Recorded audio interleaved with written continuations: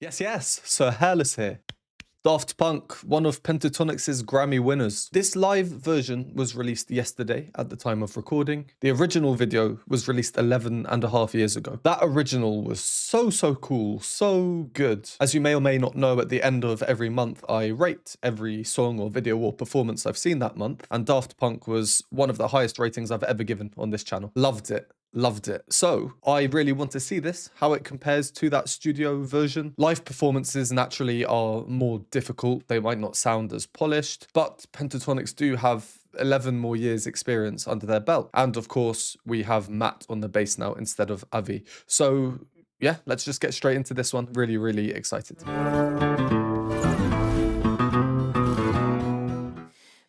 Use it, break it, fix it, trash it, change it, mail, upgrade it, charge it, point it, same key. Press it, snap it, work it, quick erase it, write it, cut it, paste it, save it, load it, check it, quick rewrite it, plug it, play it, burn it, rip it, drag and drop it, zip unzip it, lock it, fill it, call it, find it, view it, go it, jam, unlock it, surf it, scroll it, pause it, click it, cross it, crack it, switch, update it, name it, read it, tune it, print it, scan it, send it, fax, rename it, touch it, bring it, pay it, watch it, technologic, one more time.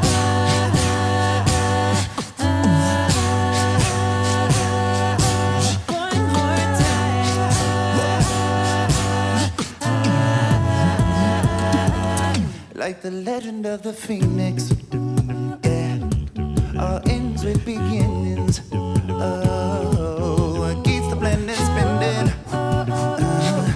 the force in the beginnings. We've come too far to give up who we are, so let's raise the bar and our close to the stars. Right, I mean, I really was not sure what to expect with this one. If it would be the same arrangement or if they would do a completely different arrangement. At the time of recording, I don't know when this video will come out due to copyright and other things, but at the time of recording, they've also just released a live version of Hallelujah. I've not yet seen any of the Hallelujahs, but I am told in the comments that that's a different arrangement. So I kind of thought this might be a different arrangement, but it looks the same, which means in theory, there's less to talk about. I could go over the analysis, dissect the arrangement in its parts, that kind of thing, but I've already done a video on that. Nice little triad. Look how evenly it's spread out. Also, just to show how the notes are spread out.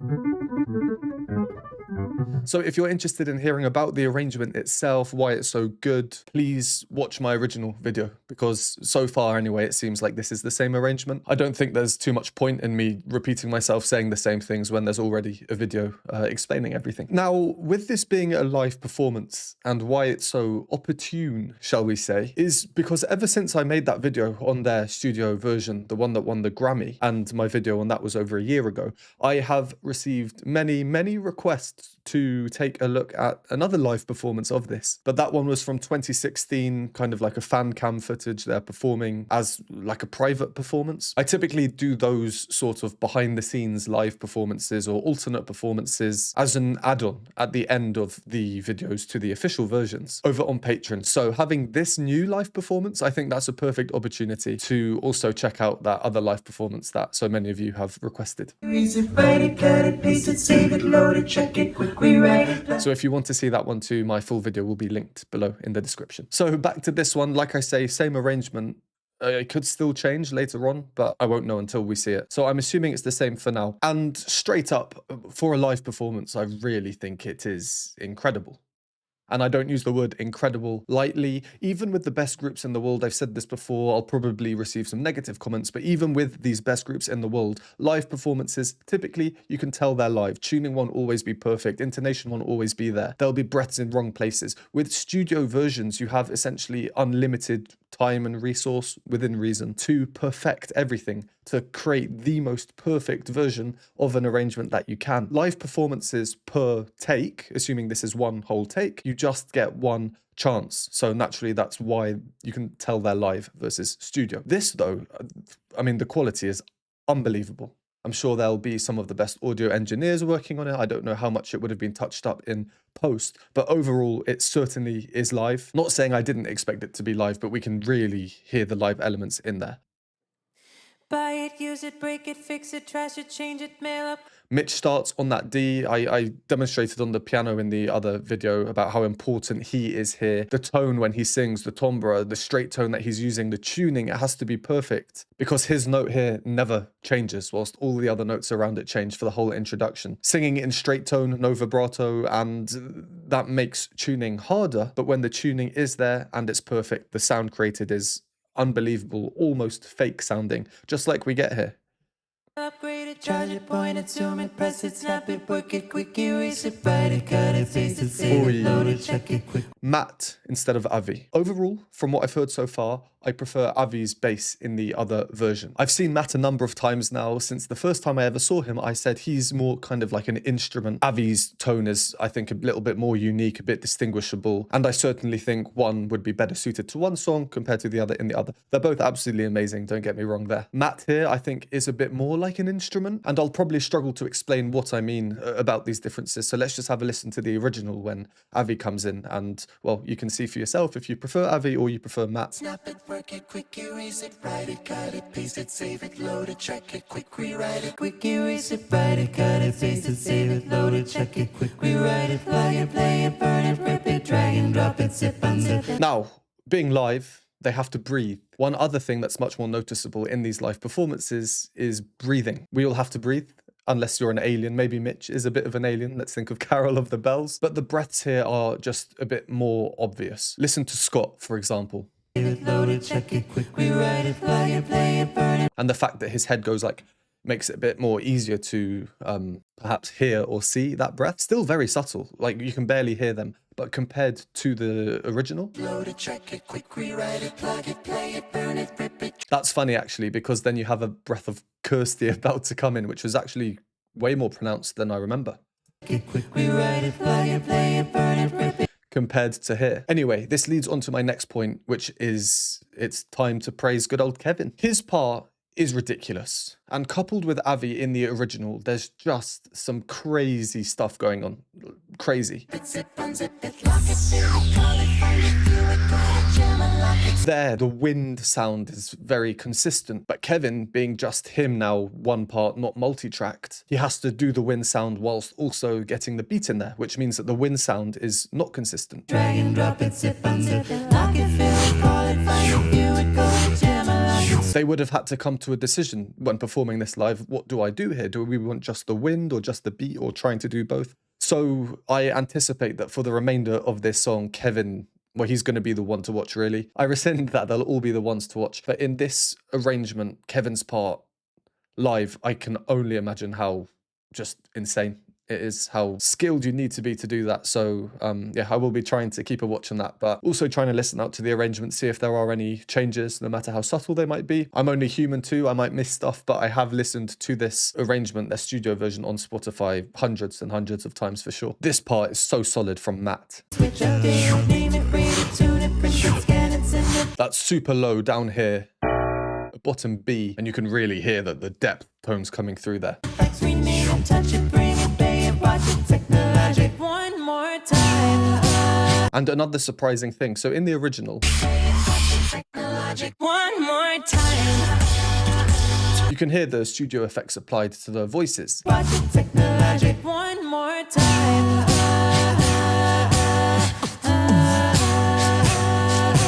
The difference is so obvious in terms of the type of sound, but it's so similar. It's so similar as well. And I'd just like to reiterate with a bit of caution, because I know I might seem like I'm very surprised that they sound similar to the studio version live. You might be thinking, so Hairless, this is Pentatonix, the most successful a cappella group of all time. Of course, I completely know. And again, if you, well, have seen my other videos, look at my ratings of them. I can't really stress how highly I think of Pentatonix. And also, who cares what I think, right? I'm just some guy. Their success speaks for itself. But in this particular song, Daft Punk, if we look at the video, how futuristic everything is, it's a bit nuts.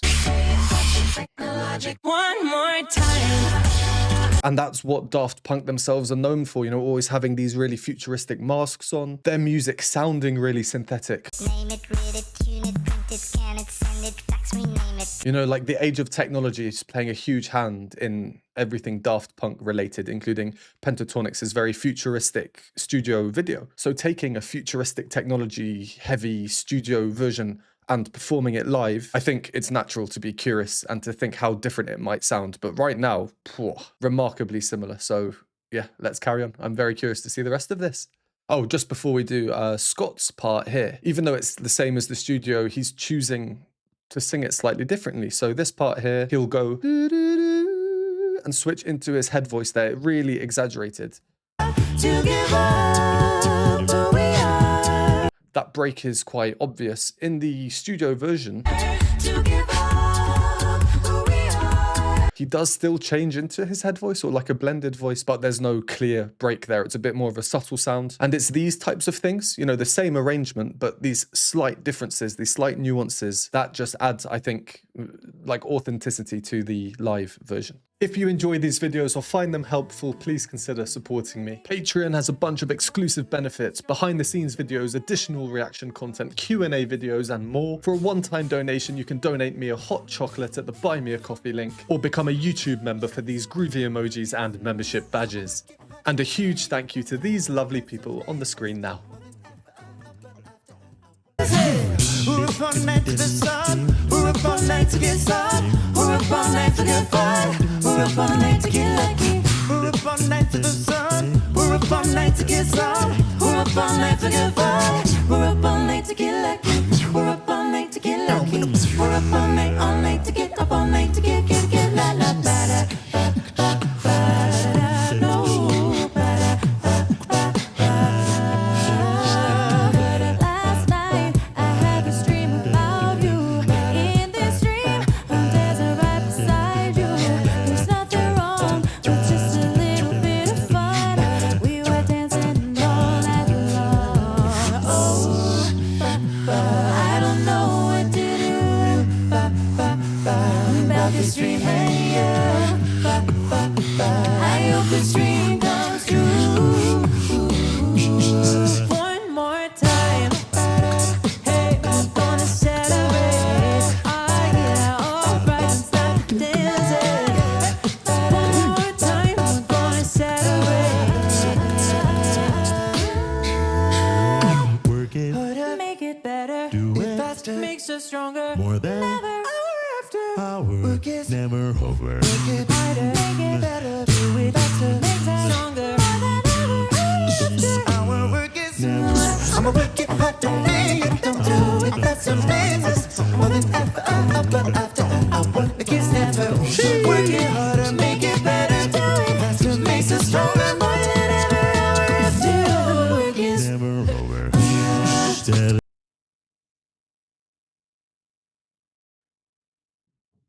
All right, that bit we just heard, I'm just going to show a clip from my original video. So the section that I'm about to play you, I think, is the most iconic section of this performance. The original is so synthetic, it sounds like it shouldn't really be sung by humans. All the jumping around and moving up and down through the low ranges to the high ranges. So let's dissect what Pentatonix did there a little bit. And again, in that video, in my amazement at how, well, cool it is, I dissect that bit. Who's singing which part, how many notes they have, who's singing which part, for how long, how many notes, is it the same rotation every time, how spread apart it is. Each phrase has 8 notes in it, which you could easily just divide into 4 couplets each time, but they don't do that. To show you what I mean, 1 2 1 2 1 2 3 4 1 2 1 2 1 2 3 4. Again, if you are interested in that kind of thing, please check out my video on that original studio version. So in short, that's a ridiculous part. It's ridiculous. Crazy complicated. The intonation, the tuning required to be able to jump so accurately in such short time frames. I think it's natural when that bit's approaching to be thinking, okay, how is this going to turn out? For them as well, that must be the most nerve-wracking bit of the whole arrangement. So let's listen to it again and we can just see the focus in their faces. On Kirsty's first entry in Make It as well, you can see that she comes in ever so slightly on the of Make It, which is a perfectly natural thing for singers to do. I'm sure if you listen to a singer coming in super slow-mo, there'll always be a tiny bit of a just as the body adjusts to the note. In a split second, you don't typically hear it, but because of how quick and rapid this is, it's a bit more noticeable. Work it, make it better. do faster, makes us stronger. And a similar thing from Scott there. Work it Harder, make it better. Do it it faster, makes us stronger. more than Never. Hour after. hour. Work is Never over. Work it harder, make it better. Do it faster, makes us stronger.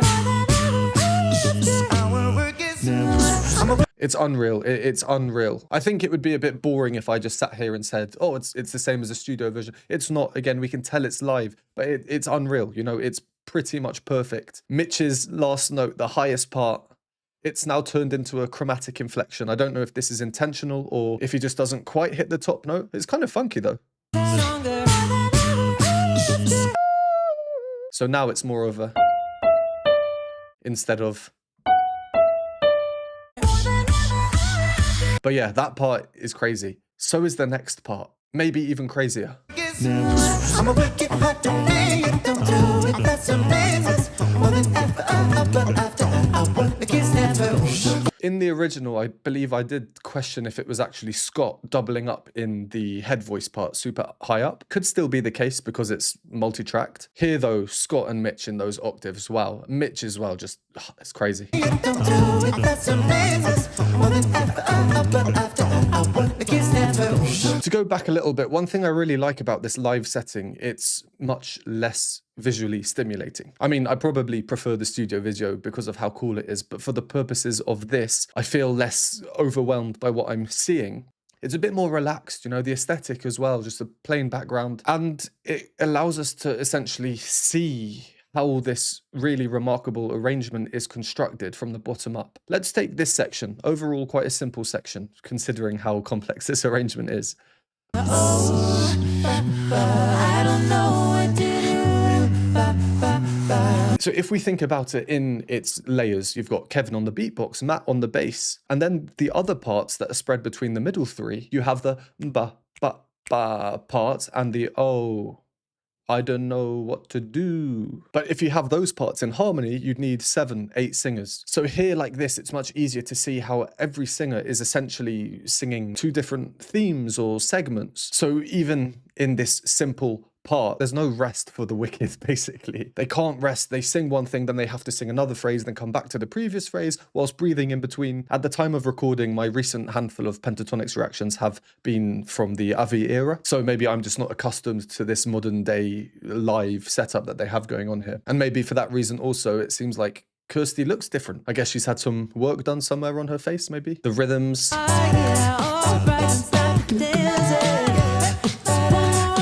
And Kevin's part there, working in syncopation with Matt. Very, very cool. All right, let's carry on from just before we paused. I love this bit. It shows so well just how nicely Kirsty and Mitch and Scott sound together when they're all singing in their head voices. That's what makes us stronger. More than ever, do work is Never over. Television. Rules the Kevin. nation. Kevin.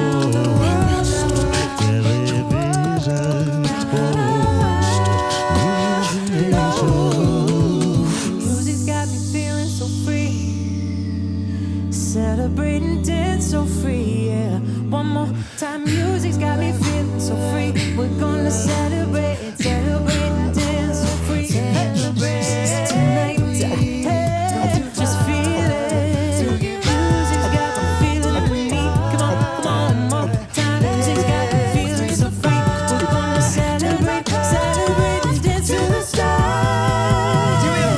We're up all night to the sun. We're up all night to get some. We're up all night for good fun. We're up all night to get lucky. We're up all night to the sun. We're up all night to get some. We're up all night for good fun. We're up for one more night. All night to the sun. Celebration, feeling so free.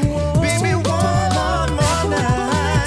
Yeah. Celebration, music's got me feeling so. Work is never. Haha, that's, yeah, unreal. Unreal. Yeah, I mean, I don't really have much more to say. I just want to reiterate how valuable I think a live performance such as this, where it's the same arrangement as one of their most popular works ever, how valuable it is to really hear the different parts, which naturally are much harder to hear in the original, just again because of how futuristic it is.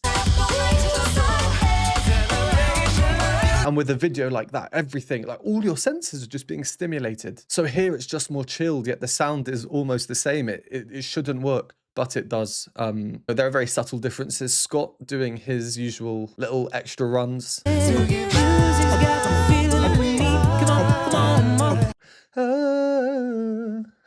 Losing nation. Television. There, Kirsty's part is a lot more exposed. That's actually one part that I had not really paid too much attention to in the original until listening to this now. Let's go back and see how obvious that part is in the original. Maybe you hear it differently, but to me, it's much more subtle here. So it's these little changes, again, whilst overall just having so much substance of the original. Very cool. Very, very cool. Let's leave that one there. I mean, considering how much more difficult live performances are just due to the nature of them being live, that was nuts. I feel like I've had a very limited vocabulary in this video. Insane, mental, nuts. So apologies for that. And if you'd like to watch the other live performance from about 9 years prior with me, then head on over to the link down below in the description. And if not, well, thank you very much for watching. Would appreciate a like and a subscribe. They really, really do help. As do comments. It lets YouTube know that you're interacting with my videos and you want to see more. And I will see you next time.